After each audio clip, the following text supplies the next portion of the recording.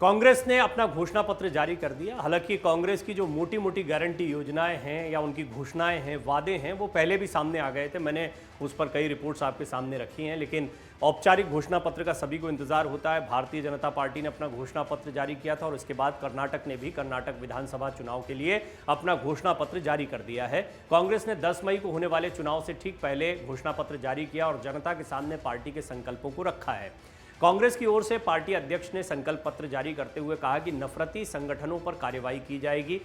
ये जो था ऐलान, पहला ही ऐलान, ये इतना बड़ा ऐलान था जिससे सियासत गर्मा गई है। बीजेपी ने इसका कड़ा विरोध किया है। दरअसल नफरती संगठनों की जहां बात हो रही, वहां पीएफआई के साथ साथ में बजरंग दल की भी बात की जा रही। बजरंग दल और पीएफआई जैसे संगठनों को बैन किया जाएगा, ये संकल्प पत्र में लिखना अपने आप में बहुत ही कंट्रोवर्शियल हो गया। इसको लेकर पहले भी बहस होती रही है और कांग्रेस के राहुल गांधी के हमले रहे हैं तमाम संघ और संघ से संबंधित संगठनों के ऊपर।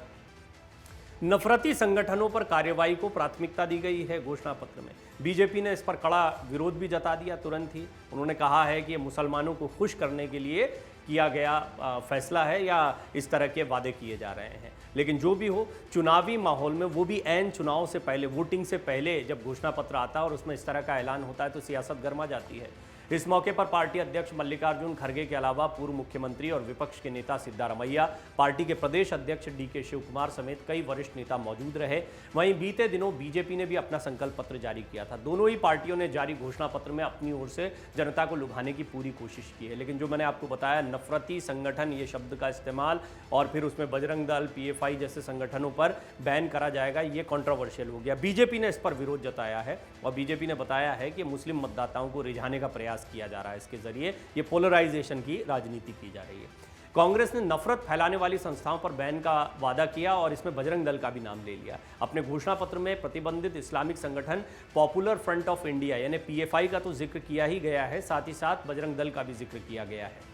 अब पीएफआई और विश्व हिंदू की युवा शाखा मानी जाने वाली बजरंग दल की तुलना करना, ये अपने आप में एक कंट्रोवर्सी को पैदा करता है। इन संगठनों पर प्रतिबंध लगाने की बात कांग्रेस की तरफ से कही गई है अपने संकल्प पत्र में और कांग्रेस का यह कहना है कि ये दुश्मनी और नफरत को बढ़ावा देते हैं। कांग्रेस ने कहा कि अगर पार्टी राज्य में सत्ता में आती है तो नफरत फैलाने वाले संगठनों पर प्रतिबंध लगाने समेत कानून के अनुसार निर्णायक कार्रवाई की जाएगी। घोषणा पत्र में कहा गया है कि कांग्रेस पार्टी जाति या धर्म के आधार पर समुदायों के बीच नफरत फैलाने वाले व्यक्तियों और संगठनों के खिलाफ दृढ़ और निर्णायक कार्रवाई करने के लिए प्रतिबद्ध है। हम मानते हैं कि कानून और संविधान पवित्र हैं। बजरंग दल और पीएफआई जैसे संगठनों द्वारा इसका उल्लंघन नहीं किया जा सकता है। इस दौरान मल्लिकार्जुन खड़गे ने पुरानी पेंशन योजना पर जोर देते हुए कहा कि राज्य में हमारी सरकार बनने पर इसे बहाल करने का काम किया जाएगा। साल 2006 के बाद के कर्मचारियों के लिए पुरानी पेंशन बहाल की जाएगी। ये वही दांव है जो आपको याद होगा हिमाचल प्रदेश में जमकर चला था, ओल्ड पेंशन का मामला। हमने आपको पहले भी बताया था कि आगामी सारे चुनाव में अपने इस अस्त्र का इस्तेमाल कांग्रेस करती दिखाई देगी। पुरानी पेंशन की बहाली जो है वो लोगों को, मतदाताओं को रास आ रही है, पसंद आ रही है, जैसी एक सोच भी अब कांग्रेस की बनी है।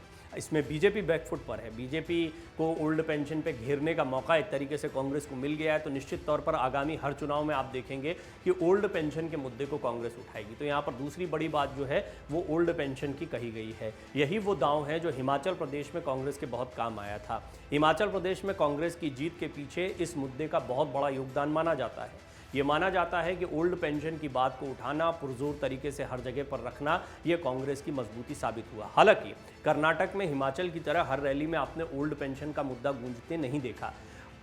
इसकी वजह यह है कि कर्नाटक में कई और मुद्दे हैं, स्थानीय मुद्दे खासतौर पर बहुत हावी रहे हैं इन चुनाव में। लेकिन अब जब संकल्प पत्र आया है तो इसमें ओल्ड पेंशन का जिक्र करना ये बताता है कि कांग्रेस यहाँ भी मान रही है कि हिमाचल वाला दांव कर्नाटक में चल सकता है। कांग्रेस ने घोषणा पत्र में कई योजनाओं को लेकर घोषणा की है। उन्होंने गृह ज्योति योजना के तहत सभी को 200 यूनिट मुफ्त बिजली देने का वादा किया। ये चुनावी सभाओं के दौरान ये सारी बातें हो चुकी हैं, फिर भी मैं आपको सिलसिलेवार तरीके से बता देता हूं कि इस संकल्प पत्र में क्या क्या चीज़ें लिखी गई हैं। जैसे अन्य भाग्य योजना की भी बात की गई है। कहा गया है कि इस योजना के तहत बीपीएल परिवार के प्रत्येक व्यक्ति को उसकी पसंद का 10 किलो अनाज दिया जाएगा। इसके साथ ही गृह लक्ष्मी योजना को लेकर कहा गया है कि परिवार की प्रत्येक महिला मुखिया को, जो सबसे सीनियर महिला होंगी परिवार में, उन्हें हर महीने 2,000 रुपये दिए जाएंगे। इतना ही नहीं, महिलाओं के लिए बस यात्रा फ्री करने की घोषणा की गई है और ये 5वीं गारंटी के तौर पर राहुल गांधी पहले ही अपनी सभाओं में रख चुके हैं कि जितनी भी शासकीय बसें होंगी उनमें महिलाओं की यात्रा को मुफ्त कर दिया जाएगा। घोषणा पत्र में कहा गया है कि राज्य सरकार की बसों में महिलाओं को मुफ्त यात्रा करने का अधिकार मिलेगा। वहीं बेरोजगार युवकों को भी ध्यान में रखा गया है। ये भी वो बातें हैं जो रैलियों में पहले कही गई हैं। युवा निधि योजना के तहत बेरोजगार ग्रेजुएट को 2 साल के लिए 3,000 रुपये प्रति माह और बेरोजगार डिप्लोमा धारकों को 1,500 रुपये प्रति माह देने की घोषणा की गई है।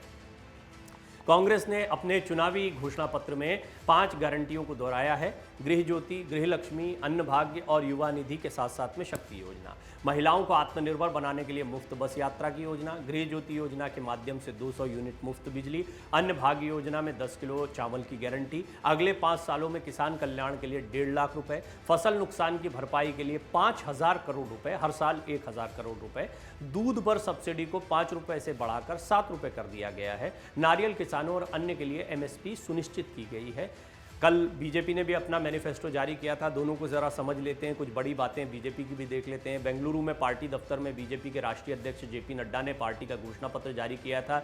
बीजेपी इसे विजन डॉक्यूमेंट कह रही है, जिसकी थीम है प्रजाध्वनि यानी जनता की आवाज़। बीजेपी ने अपने घोषणा पत्र में कर्नाटक में यूनिफॉर्म सिविल कोड लागू करने का वादा किया है। इसके साथ ही बीजेपी ने BPL कार्ड धारकों को 3 फ्री कुकिंग गैस सिलेंडर देने का वादा किया है। बीजेपी ने कर्नाटक के लिए 16 बड़े वादे किए हैं। इनमें हर नगर निगम के हर वार्ड में अटल आहार केंद्र बनाने का भी वादा किया गया है।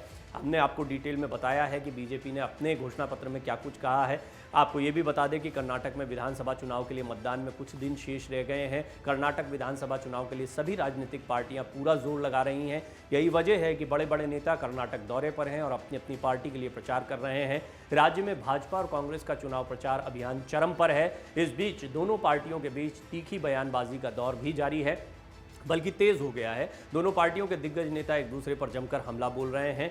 224 सदस्यीय कर्नाटक विधानसभा में 10 मई को मतदान होना है। कुछ दिन शेष रह गए हैं। बड़ा दिन होगा ये। कर्नाटक के चुनाव में पूरे देश की दिलचस्पी इस बार देखने को मिल रही है, क्योंकि ये माना जा रहा है कि क्या कांग्रेस यहाँ पर वापसी कर पाएगी। जिस तरह से कांग्रेस ने माहौल बनाया है, जिस तरह से कांग्रेस के दावे रहे हैं। दूसरी महत्वपूर्ण बात यह है कि क्या इन चुनावों का इम्पैक्ट लोकसभा चुनाव में भी पड़ेगा, और उससे पहले आगामी 3 अन्य राज्यों में जो विधानसभा चुनाव होने वो बहुत महत्वपूर्ण है। वो राज्य राजस्थान, मध्य प्रदेश और छत्तीसगढ़, इनका क्या होने वाला है।